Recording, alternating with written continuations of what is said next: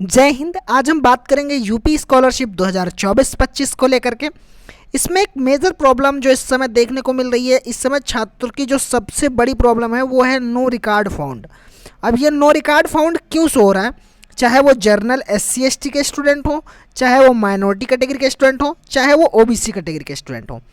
ऐसा क्यों शो हो रहा है? मैंने इसमें यह भी लिखा है कि अब इन छात्रों का पैसा नहीं आएगा अगर नो रिकॉर्ड फाउंड शो कर रहा है तो। उनमें से कुछ ऐसे छात्र हैं जिनका पैसा नहीं आने वाला इस बार, और इसमें जो स्टेटस हैं इस तरह से शो रहे हैं उनके पैसे आएंगे।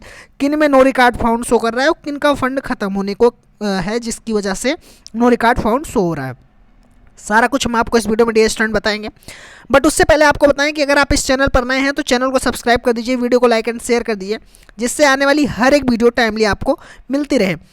नो रिकॉर्ड फाउंड से रिलेटेड हमारे पास लगातार कमेंट आ रहा है। इसमें स्टूडेंट का कहना ये है कि माइनॉरिटी कैटेगरी के लिए नो रिकॉर्ड फाउंड का वीडियो प्रोवाइड करवा दीजिए, OBC कैटेगरी के लिए प्रोवाइड करवा दीजिए, SC ST के लिए मैंने वीडियो प्रोवाइड भी करवा दी है इससे पहले, लेकिन ये कुछ डिटेल्ड में होने वाली है, वीडियो थोड़ा लंबी होगी। आप अपने दोस्तों को शेयर कर दीजिएगा, जिससे उनको भी पता चल सकेगा कि इसमें क्या प्रॉब्लम है और क्यों ये नो रिकॉर्ड फाउंड शो हो रहा है और किसके में शो रहा है, किसके में नहीं शो रहा है।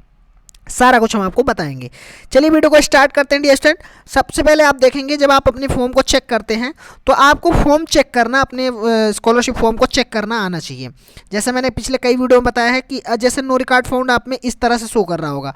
जब आप अपने फॉर्म को फिल करके चेक करेंगे ना, तो यहाँ पे इस तरह से देखने को मिलेगा नो रिकॉर्ड फाउंड का एक ऑप्शन, ये रेड कलर में ऐसे नो रिकॉर्ड फाउंड। अब ये कैसे आप चेक करेंगे? बहुत सारे स्टूडेंट को चेक करना पता भी है, बट कुछ स्टूडेंट ऐसे होते हैं जो पहली बार ये PFMS पे चेक कर रहे होते हैं, तो उनके लिए मैं बता दे रहा हूँ। जिनको पता है वो वीडियो को थोड़ा सा स्किप कर सकते हैं। उसके बाद में यहाँ पे सबसे पहले क्या करना होता है डियर स्टूडेंट, जब आप PFMS की वेबसाइट पे आते हैं तो यहाँ पे कैटेगरी में आपको any other external system select करना होता है।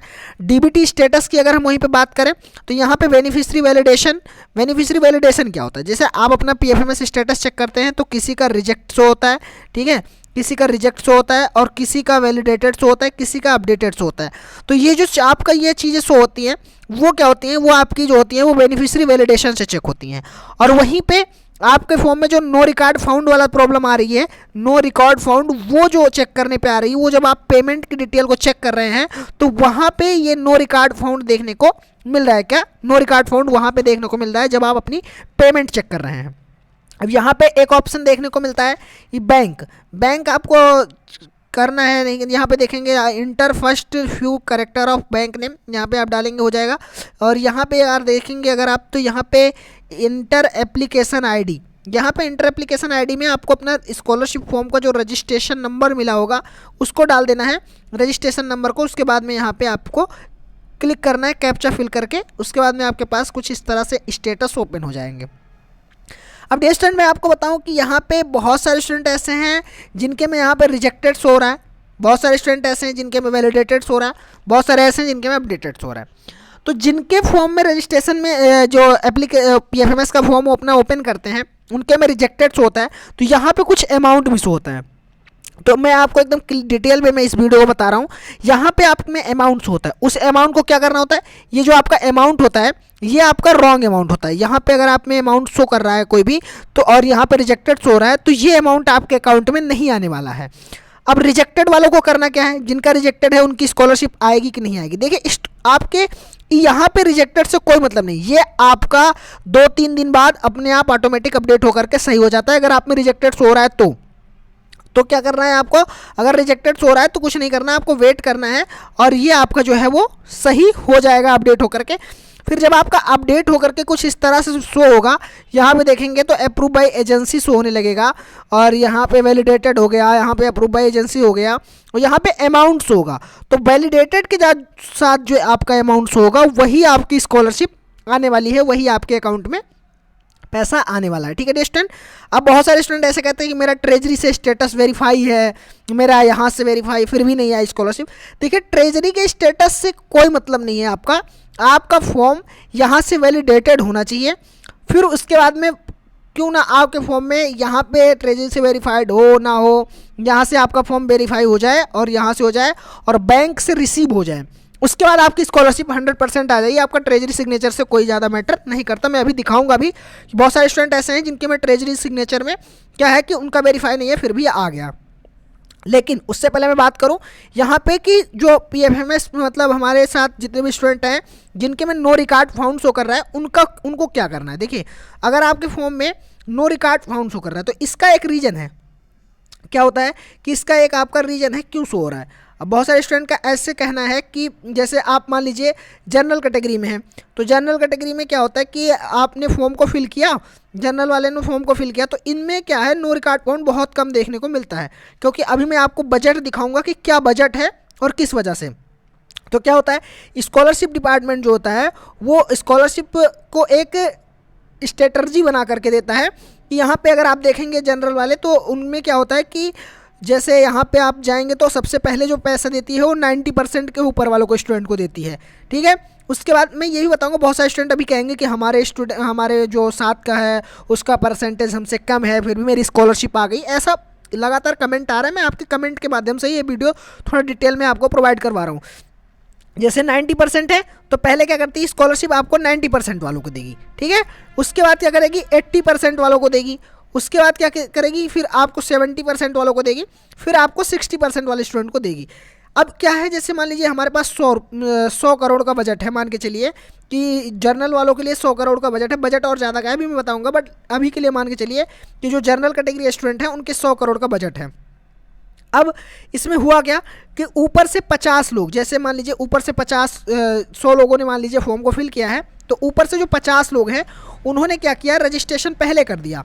अब यहाँ पे 50 लोगों ने रजिस्ट्रेशन किया, इनका मान के चलिए 60, जो सबसे पहले रजिस्ट्रेशन किया उसका 60 था, उसके बाद वालों का क्या मान लियो कि 70 था, उसके बाद वाले को मान लो 55 ही था, लेकिन जो लास्ट में रजिस्ट्रेशन किया उसका मान के चलिए 75% था।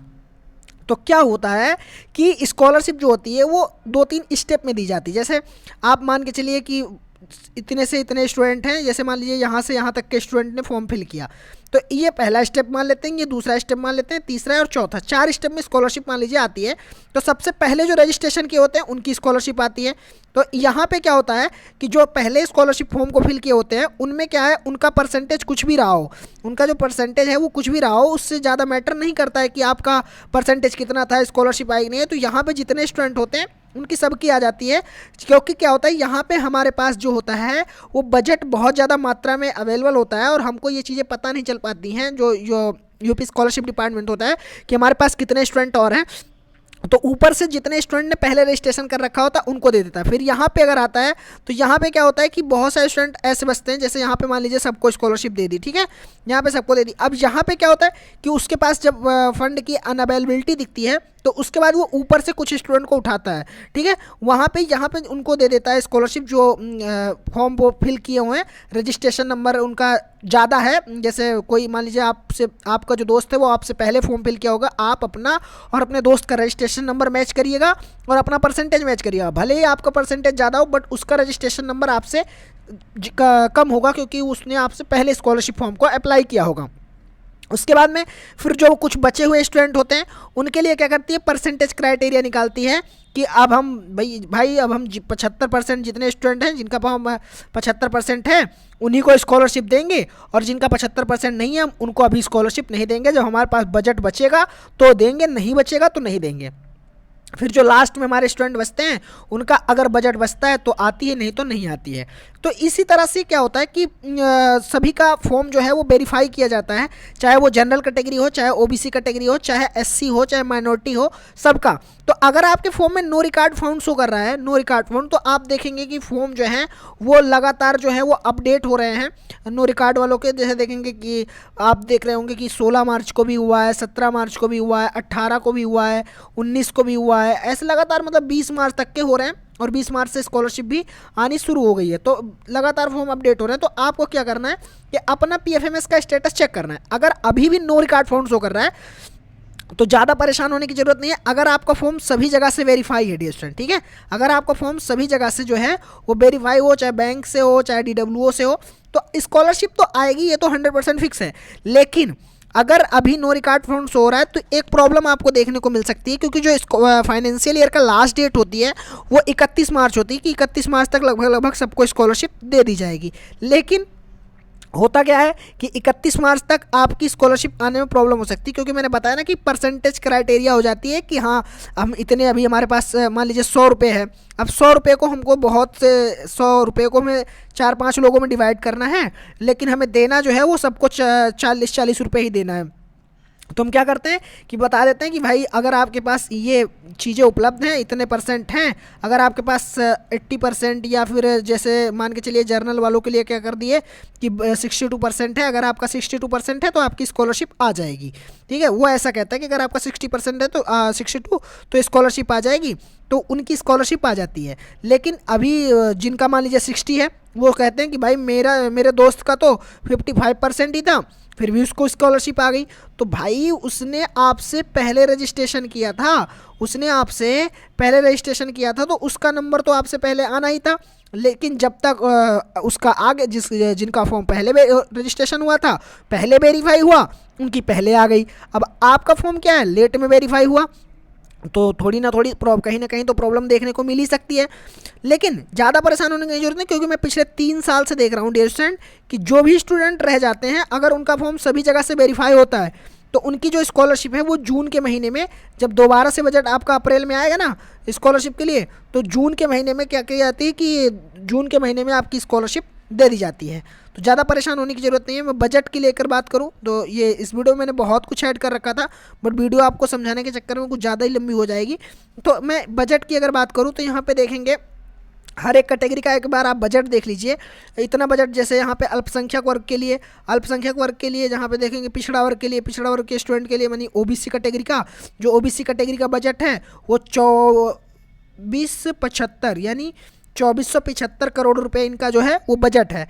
तो लगभग इनके में जो परसेंटेज क्राइटेरिया है वो ज़्यादा नहीं जाएगा। आप मान के चलिए 60% के ऊपर जितने भी स्टूडेंट होंगे उनका जो है वो 31 मार्च तक आ जाएगा, 31 मार्च तक पैसा आ जाएगा। क्योंकि आप देखेंगे 31 मार्च की डेट में बहुत सारे स्टूडेंट का पैसा आएगा, और 20 तारीख से आना भी शुरू हुआ है। क्योंकि आप देख रहे होंगे, जैसे आप लोगों को तो नहीं पता चल रहा होगा, लेकिन जो सोशल नेटवर्क से जुड़े हुए हैं उनको ये चीज़ें पता है कि देख रहे होंगे कि बहुत सारे स्टूडेंट ये भी कमेंट कर रहे हैं कि मेरी स्कॉलरशिप आ गई। तो आप भी चेक करिए, आपकी भी स्कॉलरशिप आ गई होगी। और रही बात ट्रेजरी सिग्नेचर वाली, तो ये आप देख लेंगे कि ट्रेजरी सिग्नेचर से वेरीफाई हो या ना हो, स्कॉलरशिप आ जाती। जैसे यहाँ पे देख रहे होंगे कि इनका जो ट्रेजरी, इनकी जो पेमेंट है वो सक्सेसफुल दिखा रही है, रिसीव्ड बाय बैंक दिखा रही है, और ये जो ट्रेजरी स्टेटस देखेंगे ये NA दिखा रहा है। तो ज़्यादा कुछ आपको परेशान होने की ज़रूरत नहीं है, आपकी जो स्कॉलरशिप है वो आ जाएगी। फॉर्म आपका वेरीफाई होना चाहिए सभी जगह से। ओके डियर स्टूडेंट, तो मैं आशा करता हूँ कि ये वीडियो आपके लिए हेल्पफुल रही होगी। अगर हेल्पफुल रही है तो वीडियो को लाइक करें और भी अपने दोस्तों को शेयर करें। मैंने अपनी वैसे बहुत अच्छे से आपको ये चीज़ें बताने की कोशिश की है कि नो रिकॉर्ड फाउंड का मतलब क्या होता है। बाकी अगर आपको नहीं भी समझ में आया होगा तो आप लोग कमेंट करिएगा, मैं आपको नेक्स्ट वीडियो प्रोवाइड करवा दूंगा, जिसमें केवल इसी पे फिर से एक सेपरेट वीडियो बना देंगे। बाकी कोई अगर आपके पास डाउट है तो कमेंट कर दीजिएगा, और जिनको भी किसी के अगर कमेंट का रिप्लाई पता हो तो वो उसको रिप्लाई देके बता दिया करें, जिससे क्या है कि उसको हेल्प हो जाए। Okay student, thank you for watching this video में बने रहने के लिए धन्यवाद।